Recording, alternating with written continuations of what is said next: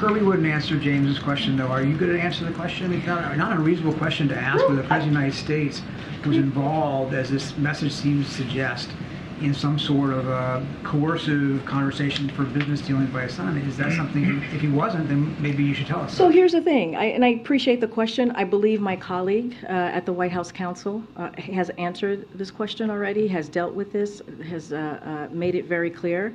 I just don't have anything to share outside of what my colleagues have shared, and so I would refer you to him and the DOJ. Just not going to comment from here. Text message I will.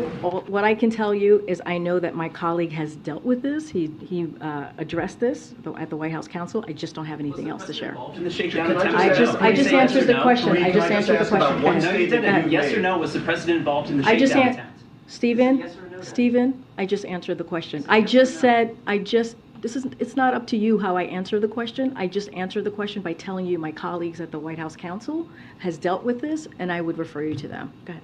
Karine, can you just remind us what your colleague said from the White House Counsel so we have it? I would refer you to them, and they will share their statement with all of you. My question is about your statements from that podium. You've stated that the president stands by his comment from the 2020 campaign that he never once discussed his son's overseas business dealings with his son. And you stood at that podium and you reaffirmed that. Do you stand by your reaffirmation? What I will say is nothing has changed. Nothing has changed. And I will leave it there. Anything else, I will refer you to the White House Counsel. This is not a change?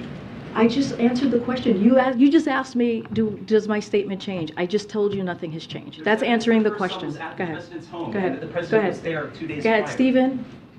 I'm calling on your colleague right now. Go ahead. Thank you. To follow up on my colleague, is there anything that you can say with regard to this text message and what the president's son was alleging? Was the president there or not? I would refer you to my colleagues at the White House Counsel. They have addressed this, and I refer you to them.